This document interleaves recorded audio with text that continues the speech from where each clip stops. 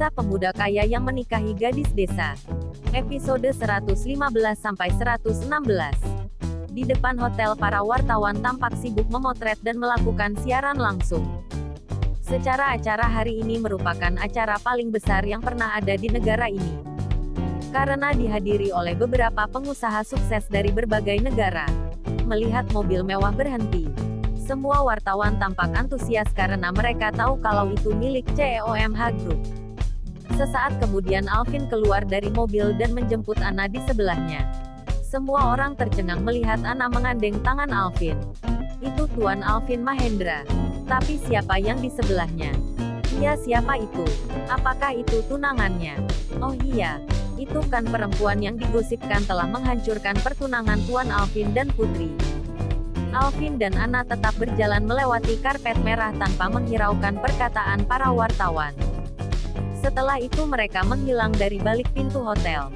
Setelah Alvin membuat wartawan heboh, kini perhatian mereka kembali fokus pada mobil mewah yang baru saja berhenti. Mila keluar dengan anggunnya. Dia menggunakan gaun panjang berwarna keemasan, tubuhnya yang langsing tampak indah. Rambutnya yang panjang terurai dengan indah. Itu Dewi Sharmila, ayo potret dia. Hai Dewi, kamu cantik sekali. Dewi, kamu luar biasa. Begitu banyak suara yang melempar pujian kepada Mila. Secara dia salah satu artis terbaik di Star Entertainment untuk tahun ini. Mila berjalan dengan anggun. Dia melambaikan tangannya kepada semua wartawan. Senyum Mila tampak merekah yang mempertegas kecantikan dan keanggunannya. Dari belakang Mila, terlihat mobil super mewah yang begitu menyita perhatian. Sepasang kaki panjang keluar dari mobil. Terlihat sosok tinggi dan ramping, dengan bola mata berwarna coklat. Ekspresinya yang dingin membawakan aura dewa di sekelilingnya. Dia terlihat lebih tampan dari Alvin dan Maheza. Dia menggunakan setelan jas hitam mewah sesuai dengan karakter dinginnya. Sontak ketampanannya membuat para tamu dan wartawan histeris. Mendengar suara teriakan dan ribut, Mila berbalik ketika sudah sampai di tangga kedua. Namun dia terkejut bukan main sampai kakinya merasa lemas. Ketika tatapannya bertemu dengan tatapan lelaki yang baru saja keluar dari mobil dan berdiri dengan gagahnya. Meski itu tidak terlalu dekat, tapi Mila dapat mengenali lelaki itu. Dia mengatur nafasnya. Ekspresinya menjadi rumit. Dia tidak menyangka akan bertemu lagi dengannya. Bukankah itu David? Kata Mila dalam hatinya. Iya, itu David. Kata Mila lagi meyakinkan dirinya. Setelah memastikan kalau itu memang David, Mila segera berbalik masuk ke dalam hotel dengan sedikit grogi. Di dalam aula sudah dipenuhi banyak tamu. Mulai dari kalangan artis, partner bisnis MH Group, keluarga besar Mahendra dan semua karyawan MH Group dari markas besar sampai beberapa anak perusahaan MH Group. Dan yang tak kalah mengagumkan lagi, tampak di meja VVIP sudah dipenuhi oleh para tamu dari luar negeri yang semuanya terlihat seperti pembisnis sukses di negaranya. Para wartawan tidak menyia-nyiakan kesempatan untuk meliput acara akbar yang diselenggarakan oleh MH Group itu. Mereka tidak melewatkan satupun berita, termasuk pemeran utama di pesta itu yang tak lain adalah CEOMH Group, Alvin Mahendra. Melihat Mila masuk ke dalam hotel, semua wartawan memburunya. Mila menjadi sedikit jengkel karena dia khawatir David akan segera masuk. Para wartawan mulai menyerang Mila dengan berbagai pertanyaan. Dewi, bagaimana pendapatmu tentang pesta ini? Dewi, apakah benar kalau CEO Star Entertainment adalah kekasihmu? Dewi, gaunmu begitu cantik, apakah itu dari butik kristal? Dewi, benarkah kamu bisa menjadi artis alis di Star Entertainment karena menggoda CEO-nya? Dewi, katanya kamu dulu artis panjat tidur. Dan berita itu tiba-tiba menghilang karena kamu berhasil menggoda CEO Star Entertainment. Apakah itu benar? Mendengar begitu banyak pertanyaan negatif dari wartawan membuat Mila merasa frustasi. Namun dia tetap berusaha mempertahankan ketenangannya. Mila belum sempat melanjutkan perkataannya, tiba-tiba terdengar suara berat dari belakang.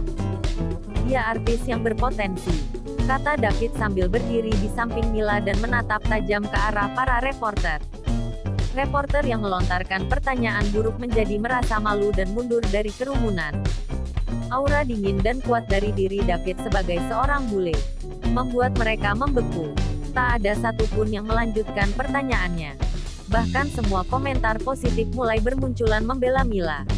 Dan tentunya banyak dari para fans fanatik Mila yang mempertanyakan siapa pangeran yang baru saja membela Mila. Setelah mengatakan itu, David berjalan melewati reporter dengan menarik tangan Mila. Mila benar-benar tercengang melihat tindakan spontan David. Jantungnya semakin berdebar-debar tak karuan. "Halo Pak David.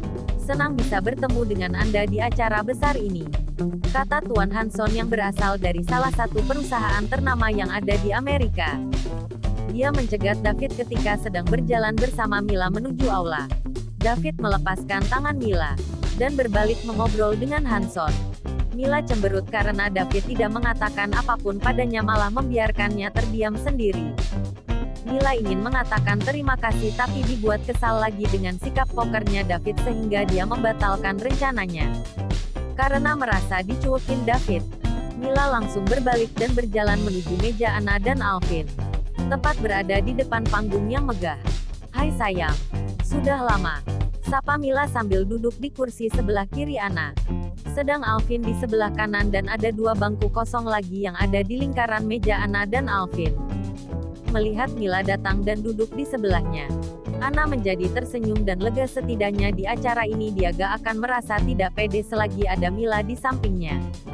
Mila melirik Alvin. "Tuan Alvin, bisakah Anda memberitahuku di mana Maheza?" Alvin yang sedari tadi fokus dengan iPad-nya menjawab pertanyaan Mila tanpa melirik ke arahnya. Sebentar lagi dia datang. Mendengar perkataan Alvin, Mila semakin kesal, entah mengapa dia harus berhadapan dengan para lelaki yang cuek dan sedikit bicara kayak Alvin dan David. Sedangkan Anna tampak bingung dengan acara megah ini. Jika ini hanya ulang tahun dari Star Entertainment, kenapa begitu besar dan megah? Apakah ini cara orang kaya merayakan ulang tahun? Dari belakang meja Anna beberapa orang mulai pada berbisik. Lihat, itu. Bukankah dia CEO Star Entertainment? Tapi siapa lelaki tampan yang ada di sampingnya? Sumpah dia tampan sekali. Dilihat dari wajahnya sih dia bukan dari Indonesia. Nampaknya dia salah satu pebisnis yang diundang oleh MH Group deh. Tapi aku penasaran, ini bisnis apa ya yang membuat para pengusaha dari luar nampak antusias? Di antara semua pebisnis dari luar yang datang, hanya dia yang terlihat muda dan tampan. Wah, pesta ini benar-benar luar biasa. Kemunculan David dan Maheza berjalan beriringan masuk ke ruang aula kemudian menuju meja paling depan membuat semua orang di ruangan itu terhipnotis. Aura David yang begitu kuat seperti seorang raja mampu mengalihkan semua pandangan orang. Sedangkan Maheza melengkapi aura yang dimiliki David. Melihat kedua pemuda itu berjalan bersamaan, Nyonya Laras yang tak lain adalah Nenek Alvin tampak berkaca-kaca melihat David dan Maheza. Namun tidak dengan kakeknya yang memiliki ekspresi sangat dingin dan tatapan tajam ketika melihat 2 cucu yang baru pertama kali dilihatnya langsung. Namun tak berkata apa-apa karena memang Tuan Mahendra adalah orang yang terkenal paling sedikit bicara namun banyak bekerja. Jadi sudah jelas sekarang dari mana turunnya sifat dingin dan sedikit bicara dari Alvin dan David. Tidak lain turun dari kakek mereka yang terkenal sedikit bicara banyak bekerja. Dan jenius dalam mengelola bisnis.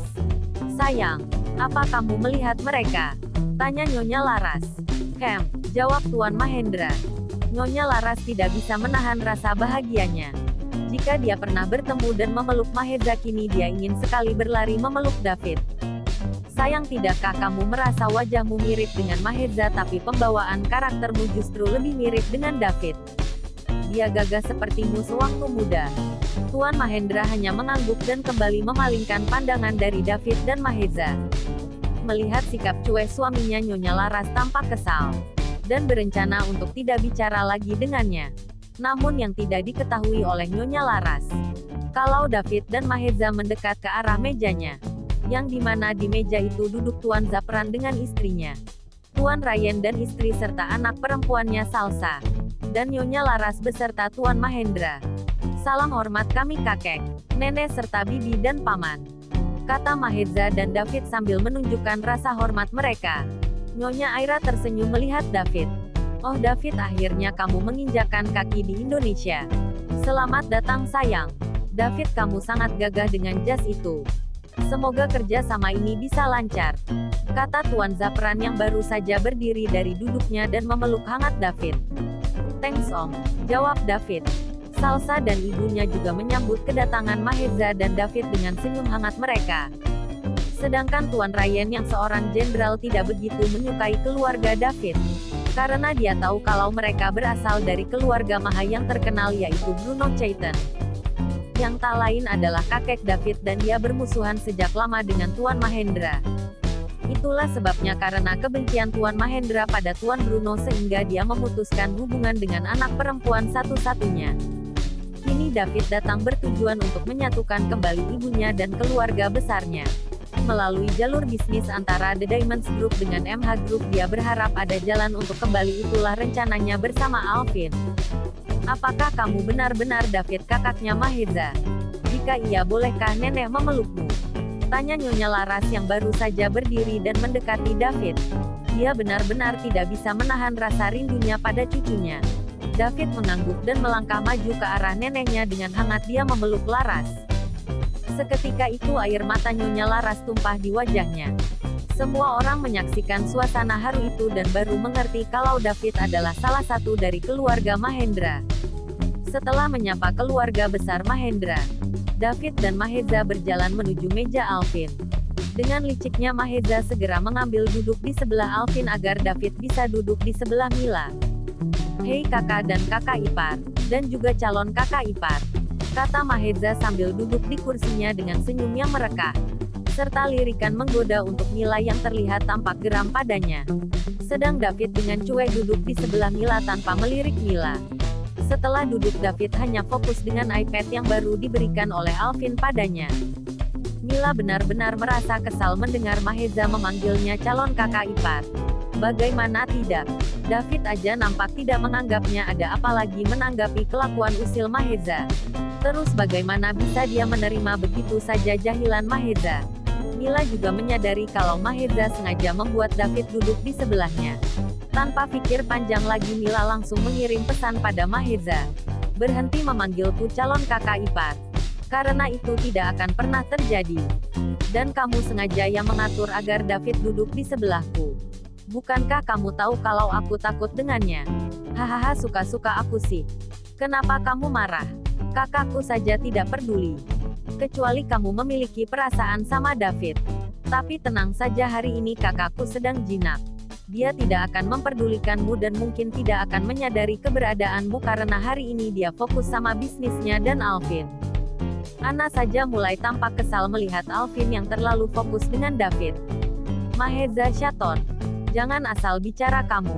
Gak mungkinlah aku memiliki perasaan sama monster gunung es seperti dia.